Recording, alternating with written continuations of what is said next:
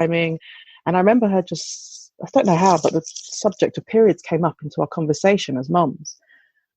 And because her older two are that much older, like 10 years old, 8, 9 years older, Jessie, her youngest, already knew about periods. And so I was take that as given. She was like, oh yeah, but yeah, I'm sure Jessie's going to start her puberty soon. And I just thought, oh shit, yeah, the kids aren't babies anymore. Like, this chat has come to, right? The whole chat. And that was the moment I just thought, okay, I need to start thinking about how I'm going to do this. And then what I did, obviously, like any first timer in the situation, I went to my friend Google and I was like, how do I do this? How do I check it out? So I did that. I thought, okay, what's the structure? I went very pragmatic. What's the structure of this? How am I going to do this? And I kind of took what I wanted to take from it, which was the first one. I need to tell them about the physicality of it, the physical stuff, the body, the human body stuff, the biology of it. And then the second thing was to talk to them about what you do about it, the resources, how you manage with that. And then the third one was, the reality, the practicalities of it, if you like, because that was helpful to me. Google was helpful to me because I was going to go in it with the science, thinking that's how it's approachable for them. But actually, obviously, they would have a trillion questions about, what does this stuff just leak down my leg, or how does this work? So I found that really helpful. But before I had that talk, and I do have a funny story about that talk because I had it twice, I did think a lot about how I, like everything else, normalize things for them, that this is about periods just being something that is as everyday as breathing or whatever else it is that we need to deal with or think about. I think I've rambled slightly there, but no, I think that it's really good, and I think that you took your experience and you want your daughters to have a different experience, and I think that's really powerful because I really relate to what you're saying about just trying to be a better parent than your parent, and I think that we have so much access to information now that we know so much more, and it's easier to get informed about, how should I potty train my child? How should I teach my child about periods? It's so easy to learn about whatever you need to learn about. But before you go on to this funny stories that you have about... I'm not sure how funny it is, but yeah. I just want to ask you, so how did you eventually learn about your period? Did you just... was it reading magazines, or was it, do you actually have any memory of that? Do you know what? I really genuinely don't. I really genuinely don't. When you said earlier on, some people talk about learning about it through osmosis.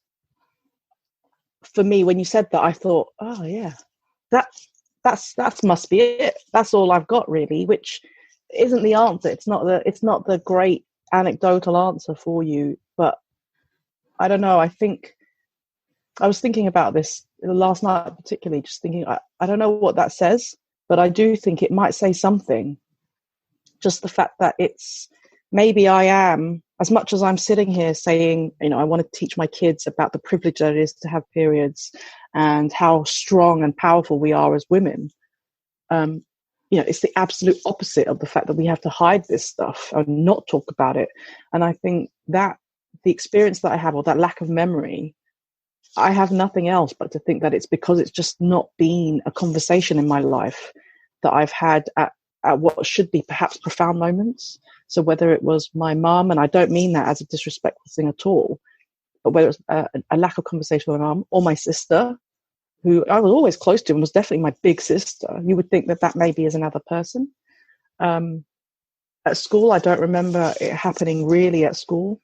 And I know it didn't happen. The school thing, I think, must have happened, surely, the conversation, but I don't remember it.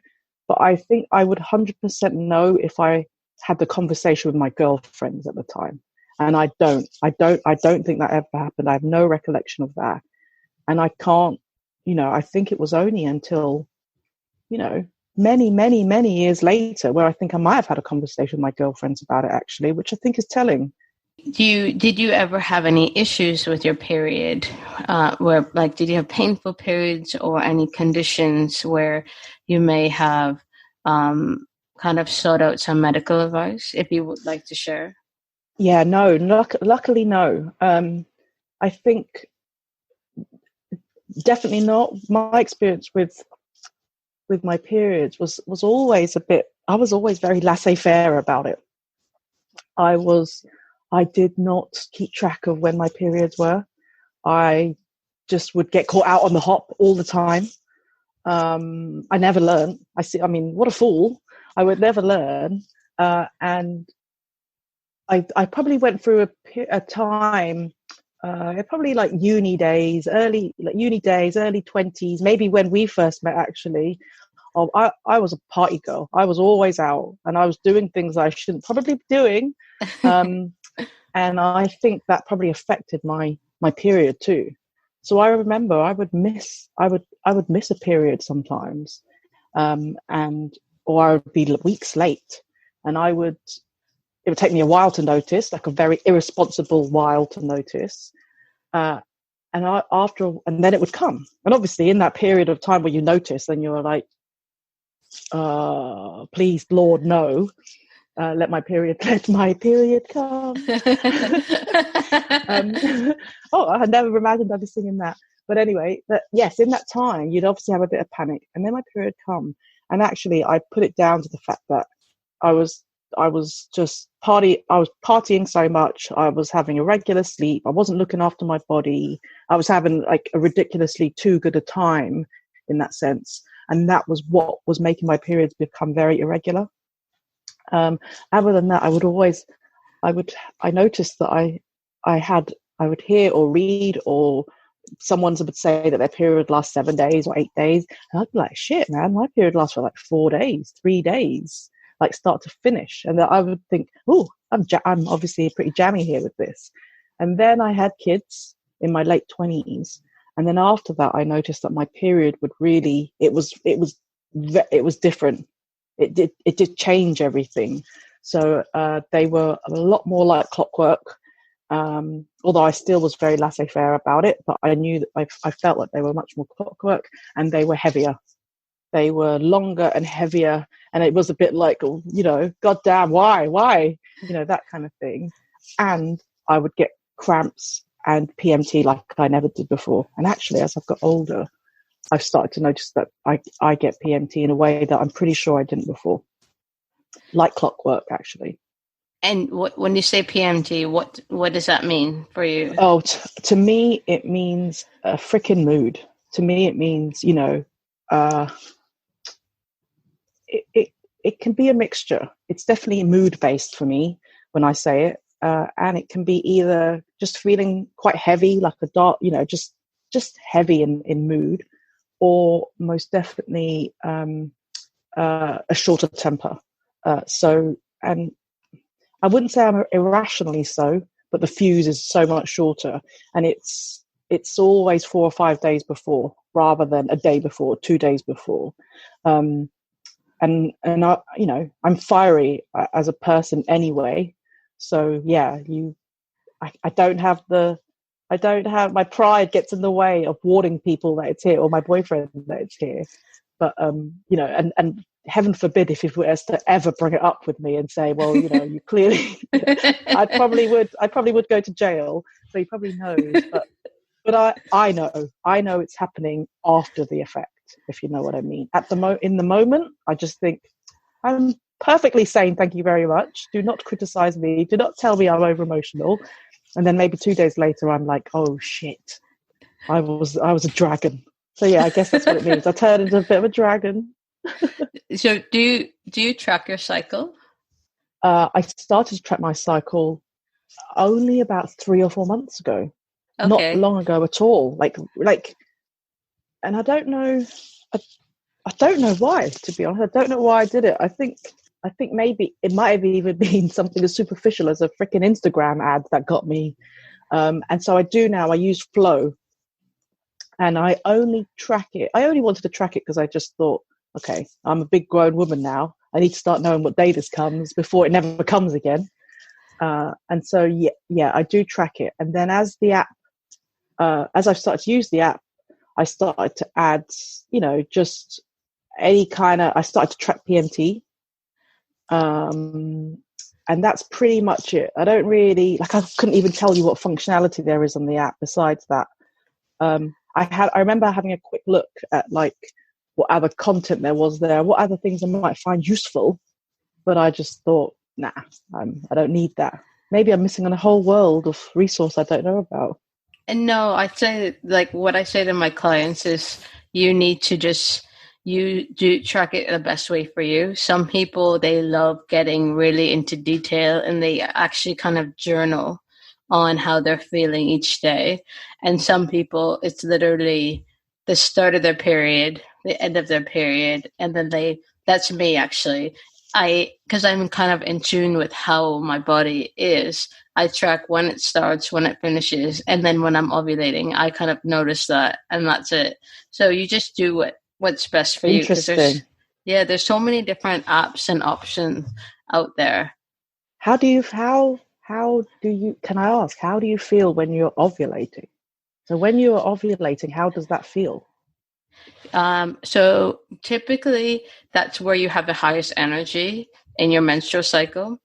So for me personally, I know when I'm ovulating because I really have to control this because I almost have a manic energy and I want to overschedule. I tried to do too much and it's go, go, go, go, go. Yeah. I know that I have more energy to do workouts and I can do long runs or I can do super long yoga sessions. And that's because, my hormones are all estrogen is really high, testosterone is really high. Obviously libido is highest at that point. But there are also physical signs. So, you have the cervical fluid, it changes. So you notice that in your underwear. Some women, when they also, their temperature, all of our temperature will increase as well. So I think typically women start to notice ovulation when they're trying to get pregnant. Yeah. But it's something that we should all be aware of because that's actually where our menstrual cycle, I believe, focuses on ovulation rather than where everyone focuses on having a period. So true. So true. And as soon as you started saying that, I thought, I have another date to mark in my app. I'm going to start tracking. I want to track, I'm really curious to know how I feel when I'm ovulating, because I think that's what it is. How do I feel when I'm ovulating? I want all of that energy. I want to do something with it, and I'll just steal from you in the fact that I just cap it. I know not to overextend, but I'm gonna get back to you and tell you if that happens to me as well. Yeah. Surely. I want to go back to what you were saying about how you were talking to your daughter. You talked to your daughters about their period, and what was their reaction to the conversation? Okay, so I had rewinding back to that moment where my sister was like, "Oh yeah, we should tell them." And I was a bit like, "Oh shit, yeah, I should tell them." And funnily enough, I've always so it's always, in the main, it's been the three of us in the house. I've been a single mum since my youngest. There's only 13 months between them, and since they were 2 and 1. And so it's a very female house, obviously. And I have always tried to be a parent where I'll just tell them the way it is. Nothing is taboo. Or anyway, that's how I've tried. For all I know, I'm just a walking version of my mum where, maybe I whisper the bad words or something. I don't know. I've tried to be very open. So, when they first, I don't know, saw on TV a gay couple, how come they're kissing? Because they're gay. That's it. Well, there's a trans person, but he's trans. That's what it is. And here's the background. This is, as much as I possibly can about the world. But for some reason, unbeknown to me, maybe because we're just a product of our mums and our dads, I never really told them about periods. The door, like most mums, I couldn't